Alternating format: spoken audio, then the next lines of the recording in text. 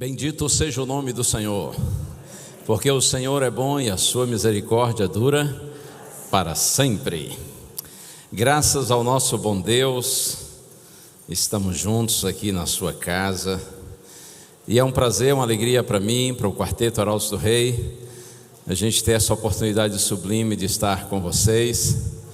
Essa realmente é a primeira vez no contexto da pandemia que a gente sai do estado de São Paulo. Fazemos esse ano nossa primeira viagem juntos e a gente está muito contente por isso e agradecidos a Deus por esse privilégio. E é claro que eu cumprimento também você que está nos acompanhando aí pela internet. Um abraço para você que está em casa ou qualquer outro lugar. Muito obrigado por sua companhia também, viu? E eu não tenho dúvida de que o Deus que está aqui comigo, com a igreja, está aí com você também, onde quer que você esteja. Inclusive, agora há pouco o pastor Marcelo me disse que muitos membros da igreja deixaram de estar aqui presencialmente no templo para que os seus convidados pudessem vir. A gente agradece aos irmãos por essa gentileza e por esse espírito sábio e missionário. Deus abençoe todos vocês aí onde quer que estejam. E eu quero aproveitar, antes de abrir a palavra e estudarmos um pouquinho, eu quero aproveitar e pedir a vocês, irmãos queridos, sempre que lembrarem, orem por mim, pelo Quarteto Arautos do Rei, nós que formamos a equipe da Voz da Profecia, para que a gente continue firme e fortes nesse ministério, fazendo sempre o nosso melhor para a honra e glória do Senhor. E eu espero que vocês estejam acompanhando aí os nossos programas, na TV, no rádio. Fala em rádio, a Rádio Novo Tempo aqui em Vitória é muito conhecida e muito forte, não é? Graças a Deus. E eu espero que vocês estejam ouvindo a gente pelo rádio, assistindo pela TV, acompanhando os nossos programas pela internet. Por falar em TV, daqui a pouquinho, 1h30 da tarde, tem uma reprise do programa inédito que foi apresentado quarta-feira à noite. Nós estamos no programa de TV, numa série sobre os 10 mandamentos. Está sendo uma experiência linda, sublime, graças ao nosso bom Deus. Muito bem, vamos à palavra. Eu quero convidar vocês para a gente começar aqui no Evangelho escrito por Marcos. Evangelho de Marcos, capítulo 1, versos 21 e 22. Evangelho de Marcos, capítulo 1, versos 21 e 22. Eu estava meditando um pouquinho sobre essa questão do privilégio que a gente tem de conhecer o Evangelho, né? Conhecer as verdades bíblicas, as verdades evangélicas. E é com esse pensamento na minha mente que eu quero compartilhar com vocês algumas ideias. Então, Marcos capítulo 1, versos 21 e 22, está escrito assim: Depois entraram em Cafarnaum e logo no sábado foi ele ensinar na sinagoga. Maravilhavam-se da sua doutrina, porque ele os ensinava como quem tem autoridade e não como os escribas. Marcos está aqui se referindo à primeira vez que Jesus vai à cidade de Cafarnaum, que ficava junto ao mar da Galileia, aquele grande lago conhecido como Mar da Galileia. E quando Jesus chega à cidade de Cafarnaum e começa a pregar, as pessoas simplesmente ficam deslumbradas, extasiadas, encantadas com Jesus. O texto diz: as pessoas se maravilhavam da sua doutrina, do seu ensino. Outro dia até uma senhora me disse assim, nós estávamos falando sobre alguns atos de Jesus quando esteve aqui na terra, e uma senhora me disse assim: ô pastor, como eu gostaria de ter vivido naquele tempo, para ter ouvido ali pessoalmente Jesus, para ter visto Jesus realizar seus milagres. E ela falou assim com um sentimento tão sincero, disse: como eu gostaria, pastor, de ter vivido naquele tempo. Às vezes eu penso nisso. E na hora eu disse assim: mas eu tenho uma boa notícia para a senhora. A senhora poderá viver com Jesus num outro tempo, ainda muito melhor. Porque aqueles que conviveram com Jesus de Nazaré não viram o Cristo de Deus na sua glória, porque a sua divindade estava velada pela humanidade. A senhora poderá ter um privilégio maior do que aquelas pessoas que conviveram com Jesus de Nazaré. E eu disse para ela: e tem mais. Aqueles que viram Jesus o viram apenas por poucos anos, pouco mais de 3 décadas. Um dia nós veremos nosso Senhor por toda a eternidade. A Bíblia diz que os salvos contemplarão a face do Senhor. Oh, glória! Deus seja louvado. Mas em relação ao povo de Cafarnaum, é isso que a Bíblia diz. Quando Jesus chegou ali e começou a pregar, o povo se encantou. As palavras de Cristo eram profundas, eram carregadas de significado. E mais do que isso, o povo notava que o que Cristo dizia era o que ele vivia. Jesus vivia o que pregava e pregava o que vivia. Havia uma harmonia entre o ensino e a prática, entre sua mensagem e sua vida. E se tem uma coisa que encanta os ouvintes, quando ouvem a exposição do Evangelho, é se eles conhecem o pregador e sabem que o pregador vive o que prega e prega o que vive. Não demorou muito, as pessoas notaram que as palavras de Cristo eram a verbalização dos seus motivos. Jesus era autêntico, era verdadeiro, era sincero. Suas palavras refletiam sua verdadeira motivação. E o povo em Cafarnaum se encantou com Jesus. Mas eu quero convidar vocês agora para um outro texto, que vai nos parecer até estranho. E são palavras do Mestre, palavras do Senhor Jesus. Mateus capítulo 11. Se você tem aí a sua Bíblia e acompanha o texto, Mateus capítulo 11. E você que está em casa, ou talvez no trabalho, qualquer outro ambiente, ouça bem isso também. Mateus capítulo 11, versos 23 e 24. Aqui Jesus está se referindo ao povo de Cafarnaum. Aqueles que se encantaram com sua pregação, se maravilharam. Tu, Cafarnaum, elevar-te-ás porventura até o céu, descerás ao inferno. Porque se em Sodoma se tivessem operado os milagres que em ti se fizeram, teria ela permanecido até o dia de hoje. Digo-vos, porém, que menos rigor haverá no dia do juízo para com a terra de Sodoma do que para contigo. Não parece estranho isso? Jesus diz em relação ao povo de Cafarnaum: tu, Cafarnaum, elevar-te-ás porventura até o céu. Aí o próprio Cristo responde a sua pergunta e diz assim: descerás ao inferno. Ora, como assim? Jesus está dizendo: vocês de Cafarnaum, vocês vão adquirir a salvação, alcançar a salvação? Não, disse Cristo, vocês estão perdidos. Para vocês de Cafarnaum haverá vida eterna? Não, para vocês haverá morte eterna. E Jesus justifica a sua sentença e diz assim: porque se em Sodoma, lembra das cidades de Sodoma e Gomorra, destruídas com fogo por causa da impiedade deles, do povo daquelas cidades. Se em Sodoma se tivessem operado os milagres que em ti se fizeram, o povo de Sodoma teria se arrependido. Por isso menos rigor haverá no dia do juízo para com Sodoma do que para com vocês de Cafarnaum. Entendendo melhor o que Jesus disse,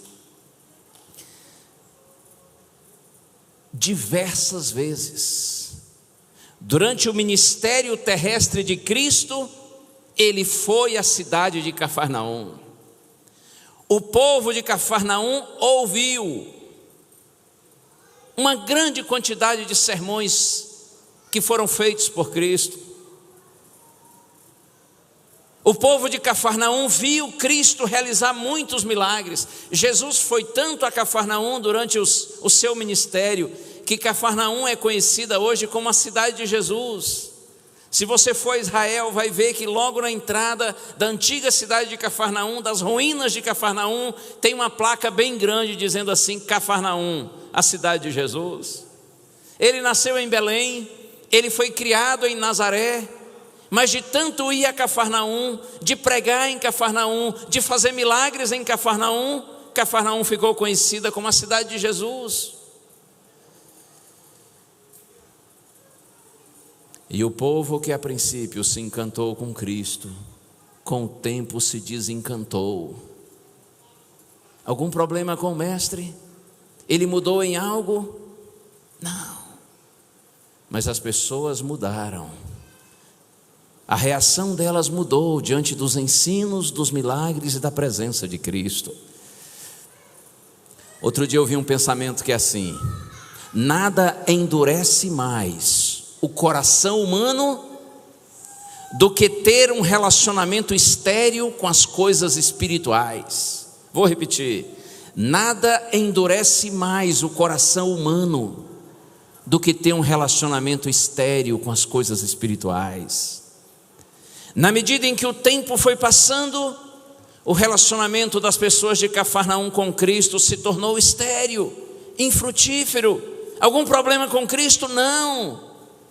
É que eles foram com o tempo endurecendo o coração para Deus. O conhecimento a respeito de Deus, do reino de Deus foi crescendo, mas infelizmente a sensibilidade deles para as coisas espirituais foi diminuindo, ao ponto de as verdades bíblicas ensinadas pelo próprio mestre, em vez de cooperar para a salvação deles, contribuiu para a condenação.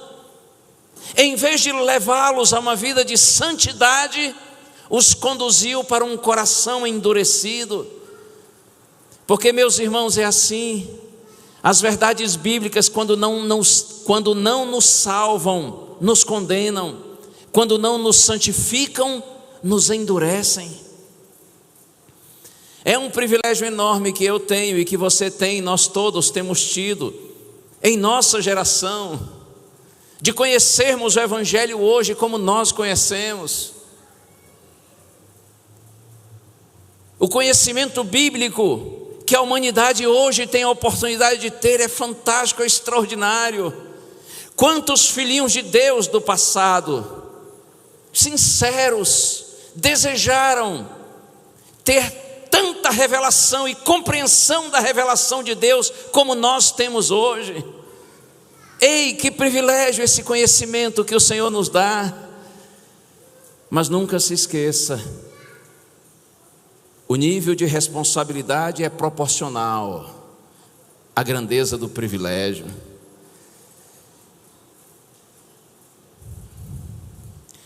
E talvez você me dirá assim: pastor, então era melhor a gente nem conhecer, né? Porque com o conhecimento vem a responsabilidade. Eu não posso iludir os irmãos. Quanto mais conhecimento, mais responsabilidade, sim. E a responsabilidade está no mesmo nível do privilégio de conhecer tudo o que nós conhecemos. Deus nos julgará se nós vivemos de acordo com o conhecimento que tivemos, com a luz que recebemos. E é por conta disso que algumas pessoas pensam: então realmente seria melhor nem conhecer, né? Você se lembra que Paulo diz que Deus não leva em conta os tempos de ignorância? Pastor, se eu soubesse eu teria ficado na ignorância. Porque Deus é justo. Claro que Ele não vai cobrar de você se você não teve a oportunidade de conhecer. O que Ele vai cobrar de você será proporcional à oportunidade de conhecimento que você teve. Mas deixa eu lhe dizer uma coisa a mais.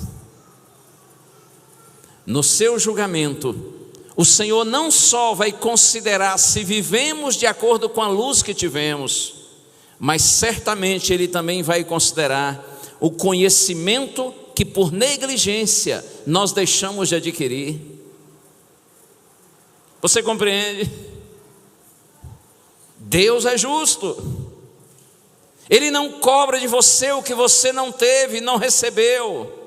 Mas Deus não vai deixar de considerar a oportunidade que você teve de conhecer, no entanto a negligenciou. E uma vez também conversando com uma pessoa sobre isso, ela disse: pastor, então parece com aquele ditado popular, se correr o bicho pega, se ficar o bicho come. Eu falei: realmente a situação não é fácil. Ele disse: pastor, não tem saída? Eu disse: tem saída. Oh sim, tem saída. E eu conheço a saída. E essa saída é maravilhosa. Sabe qual é a saída? Sabe qual é a solução para isso? Corra, busque, se aprofunde no conhecimento. E não tenha medo do conhecimento, apesar do conhecimento trazer responsabilidade, porque o conhecimento não só traz responsabilidade, o conhecimento de Deus traz liberdade, a verdadeira liberdade. E conhecereis a verdade, disse Jesus, e a verdade vos libertará. E se o Filho de Deus os libertar, verdadeiramente sereis livres. Glória a Deus. O conhecimento de Deus traz liberdade. O conhecimento de Deus traz alegria. O conhecimento de Deus traz paz ao coração humano. O conhecimento de Deus traz esperança. Oh, louvado seja o nome do Senhor. Quando você conhece a Deus, você se conhece. Você conhece as pessoas. Você conhece o mundo. Você sabe de onde você veio, onde você está, para onde você vai. Quando a gente conhece a Deus, nós descobrimos nossa identidade, nossa origem. Quando a gente conhece a Deus, nós sabemos o porquê da realidade presente, o sentido, o propósito da vida. Quando a gente conhece a Deus, a gente olha para frente, para o futuro sem medo. Pelo contrário, com esperança, porque existe um destino glorioso para aqueles que confiam no Senhor.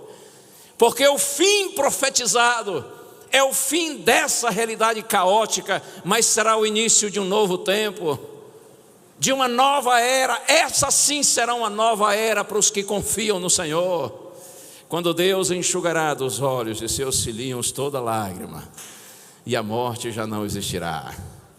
Já não haverá luto, nem pranto, nem dor, porque Deus fará novas todas as coisas. Não tenha medo de conhecer a Deus, pelo contrário, conheça o Senhor e se renda ao Senhor. Caia na presença do Senhor e creia, você não vai ficar caído, porque Deus vai erguer você e vai dar um sentido para a sua vida. O Senhor é maravilhoso. Eu quero ler só mais um versinho. Está aqui na carta aos Hebreus. Carta aos Hebreus, capítulo 10. Se você tem aí a sua Bíblia, Hebreus capítulo 10, vamos ao verso 23. Está escrito assim: guardemos firme a confissão da esperança, sem vacilar, pois quem fez a promessa é fiel. Simples assim.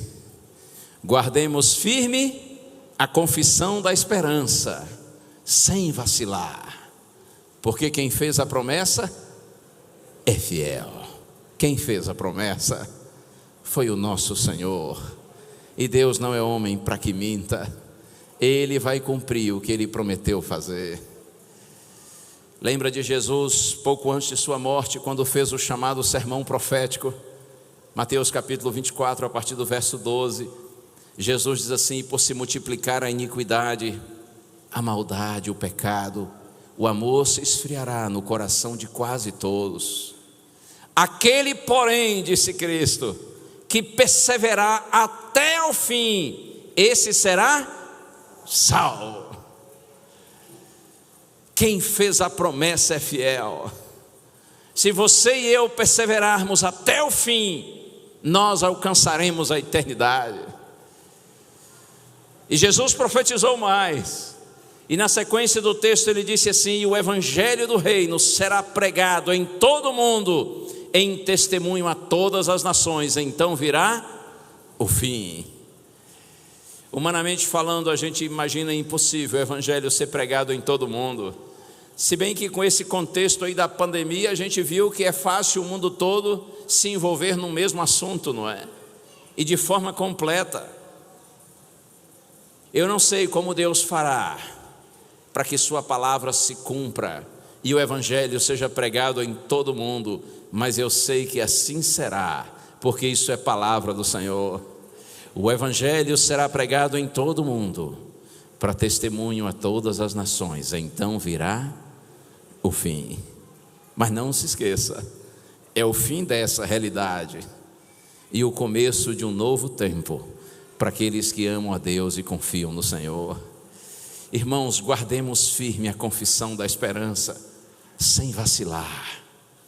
Não deixe que o diabo roube do seu coração essa preciosa semente colocada pelo Espírito Santo por meio da palavra.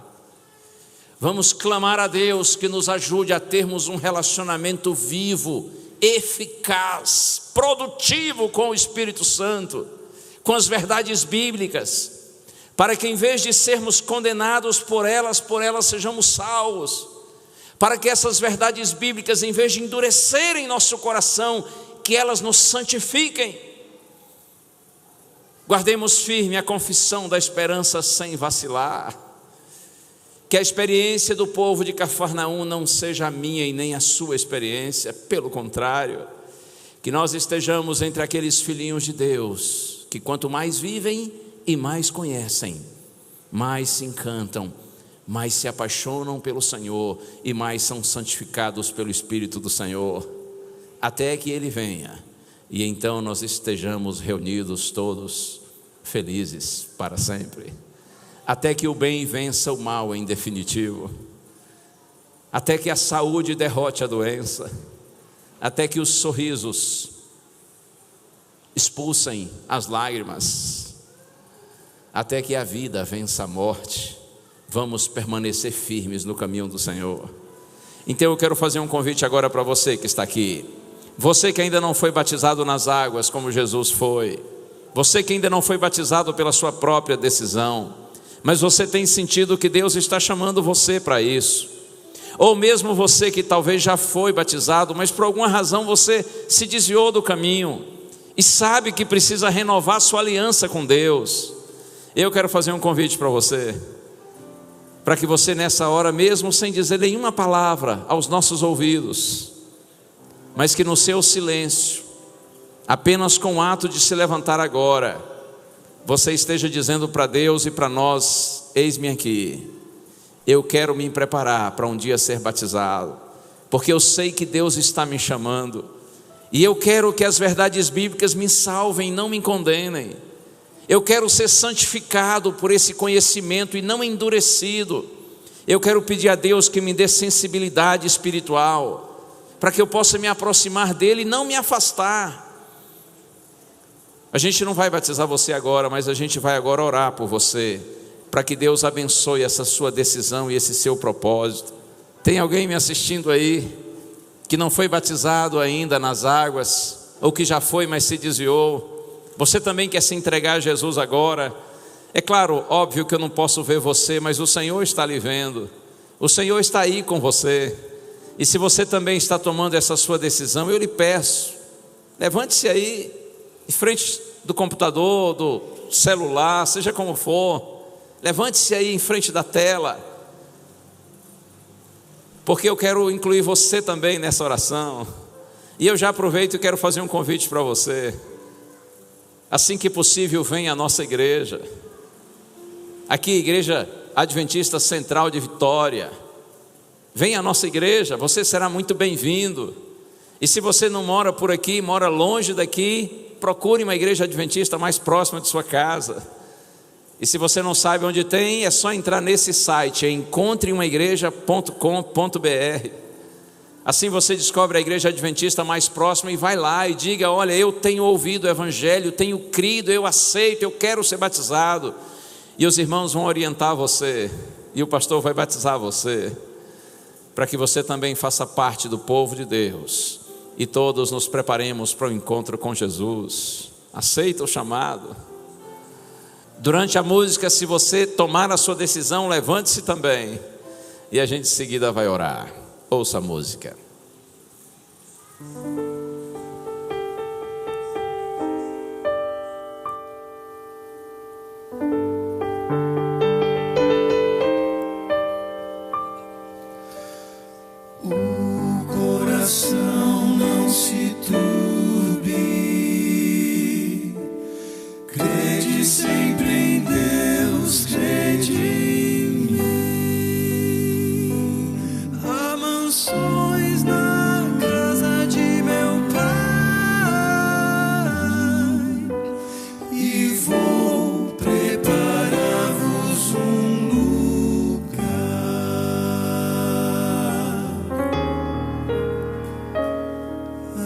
As palavras de Jesus ainda ecoam no universo e dentro do meu coração. Foram ditas pelo Mestre há tanto tempo, mas são tão incrivelmente atuais. Quando vejo as notícias, vejo o mundo quase a ponto de se desintegrar. Eu me lembro da promessa tão preciosa de que Cristo muito em breve vai voltar. Mas enquanto Ele não vem, sigo esperando, sigo esperando. Enquanto Ele não vem, sigo com fé. Levanto os meus olhos para o alto. Meu coração me diz, Ele está vindo. Vivo os meus dias pensando, pode ser hoje, talvez um dia ou dois depois de amanhã. O que importa saber é que Ele volta e vem pra recolher os que já são seus.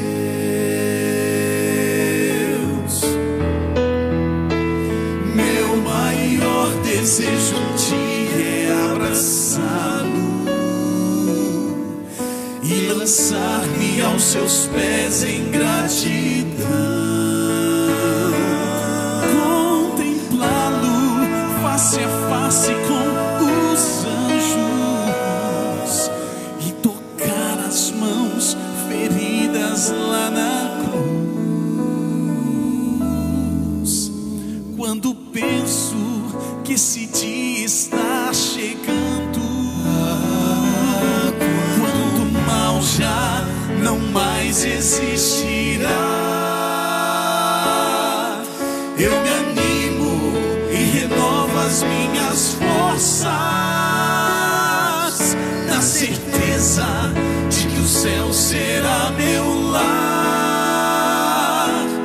Mas enquanto Ele não vem, sigo esperando, sigo esperando. Enquanto Ele não vem, sigo com fé. Levanto os meus olhos para o alto. Meu coração me diz, Ele está vindo. E vivo os meus dias pensando, pode ser hoje, talvez um dia ou dois depois de amanhã. O que importa saber é que Ele volta e vem os que já são seus, e vem para recolher os que já são seus.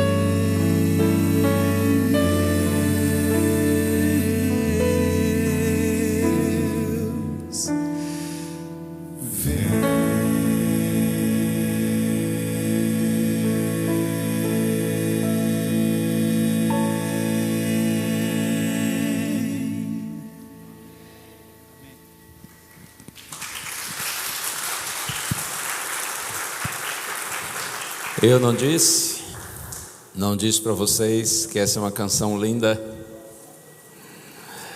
Logo, logo, nós estaremos juntos na casa do Pai. Porque casa de pai é casa de filho, não é? Outro dia, fez 2 anos, recentemente, a minha filha mais velha se casou. E antes dela casar, alugou um apartamento a menos de 1 quilômetro lá da minha casa, em Jacareí, São Paulo. Ela também trabalha na Novo Tempo, é jornalista. E aí eu fui lá com a minha esposa, a minha filha, o nosso genro. Fomos lá lavar o apartamento alugado. E a minha esposa começou a ajudar a minha filha a escolher os móveis. E foram comprando devagarzinho as coisas, mobiliando a casa. E quando estava já pertinho do casamento, eu vi que minha esposa estava tão empolgada com a casa da minha filha, como a própria filha. E aí um dia eu disse assim para minha mulher, eu disse: Zena, eu preciso lhe dizer uma coisa. Eu disse: o que é? Falei: nossa filha vai casar, vai morar aqui pertinho de casa, mas tem um detalhe: a gente só vai à casa dela quando nós formos convidados. Você entendeu? Ela disse: por quê? Eu disse: ora, porque casa de pai é casa de filho, mas casa de filho não é casa de pai. Oh, que maldade! A vida é cruel, não é? Eu disse: pelo menos no primeiro ano a gente só vai lá quando eles nos chamarem. Você entendeu, não é? Vamos tentar. E de fato nós temos cumprido. Já se passaram 2 anos. E a gente já foi lá várias vezes, mas todas as vezes convidados. Só que tem um detalhe também: a gente não fica assim tão ansioso para ir lá, porque praticamente todos os dias eles vêm cá. Eles vão à nossa casa, porque casa de pai é casa de filho. Acredite, meu amigo, minha amiga, você que está aqui e que inclusive já foi membro da igreja, essa aqui é a casa do seu pai. Por isso essa aqui é a sua casa. E o seu pai está com saudade de você na casa dele. E ele colocou no meu coração que eu devia dizer isso para você. Não são só os seus irmãos que estão com saudade de você. O seu pai está com saudade, porque você não tem vindo à casa dele. Pastor, é por causa da pandemia. Acho que antes mesmo da pandemia você já estava se ausentando da casa do pai. E a pandemia já está passando. Vem para casa. O pai está esperando você aqui. E os seus irmãos também estão com saudade de você. Há mais alguém aqui que já foi membro da igreja e se afastou, mas quer hoje se entregar e dizer: eis-me aqui. Eu quero pedir a Deus que me ajude. Eu quero voltar para a casa do meu pai. Eu quero voltar para a igreja do Senhor. E alguém aí me assistindo de casa com esse mesmo pensamento, entregue-se a Deus agora. Você vê aí na sua tela um contato. Se você quer seguir estudando a Bíblia com a gente, usa aí esse número, esse contato, e fala com a gente. E alguém da igreja vai ajudar você no estudo da Bíblia. Deus abençoe a todos. Podemos orar então. Pai querido, nesta hora sublime, Senhor, na tua presença, nós te louvamos pela certeza de que tu estás aqui conosco. e estás com todos os teus filhinhos que participam conosco dessa oração em outros lugares. Pai, nós te pedimos, abençoa a tua igreja, Senhor, a começar por esses que foram batizados hoje, até os irmãos mais antigos na fé. Que essa irmandade permaneça firme no Senhor, que quanto mais vivermos, mais cresçamos em nossa experiência com o Senhor e nos tornemos pessoas mais espirituais. Santifica o teu povo, Senhor. Ajuda-nos a termos um adventismo real, transformador, comprometido com a tua palavra e com o teu reino. Santifica a tua igreja, Senhor. Mas, Pai, agora nós unimos nosso coração e te pedimos por esses outros que se levantaram aqui na igreja e alguém lá em casa. Ó Deus, abraça-os com um abraço forte, Senhor. Que eles tenham a certeza de que são amados, são recebidos e abençoados pelo Senhor. Que eles sigam com a certeza de que em Jesus Cristo há poder para perdoar e transformar o pecador, e que logo esses teus filhinhos todos também sejam batizados, e assim perseveremos até o fim, quando veremos nosso Senhor. Oramos agradecidos no santo nome de Jesus. Amém. Amém. Que Deus os abençoe.